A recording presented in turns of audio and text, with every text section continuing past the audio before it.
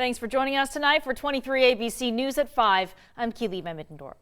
And I'm Mark Blaine. The Saturday shooting at a Colorado nightclub has left many LGBTQ plus members feeling unsafe.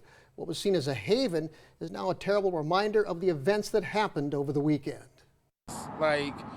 This is the only LGBTQIA plus place in the entire city of Colorado Springs. What are we supposed to do? Where are we supposed to go? How are we supposed to feel safe in our environment when it just got shot up? This was a scene after police responded to the shooting. Authorities in Colorado Springs say at least 25 people were hurt in Saturday night shooting at Club Q, several of them in critical condition. The suspect, 22-year-old Anderson Lee Aldrich, is in custody. In a statement on social media, Club Q said the quick reactions of some customers prevented more from being injured. The club also called the shooting a hate attack and said it was, quote, devastated by the senseless attack on our community.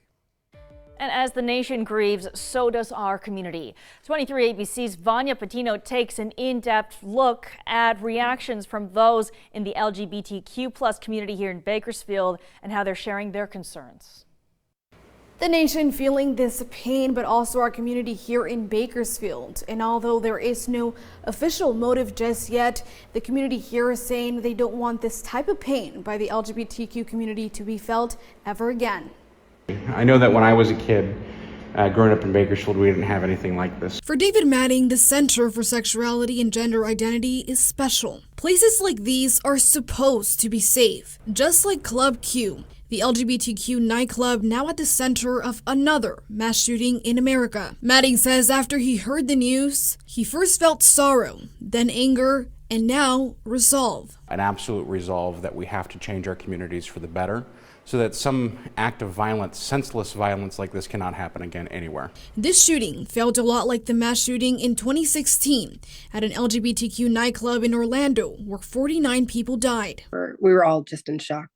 We just felt like it was another pulse again. Lee Yoakum is a member of the LGBTQ plus community and is a director of advocacy for another separate organization in town called Bakersfield LGBTQ plus.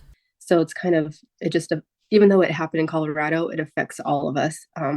Just another, attack on the LGBT community, And although there is still no motive, we know the club was aligned with the LGBTQ plus community. According to Gallup's hate crime report from 2021, 64% of LGBTQ people had experienced anti-LGBTQ violence or abuse.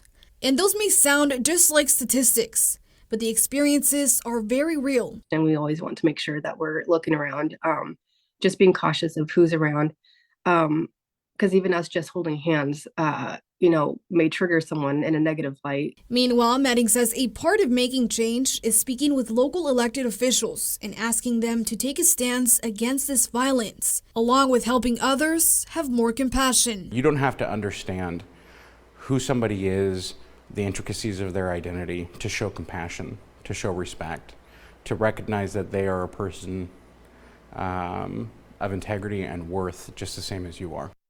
And there are plenty of services in the community. Like here at the center, you'll find lots of brochures and services, but also just a safe space where you can come here and mourn with others.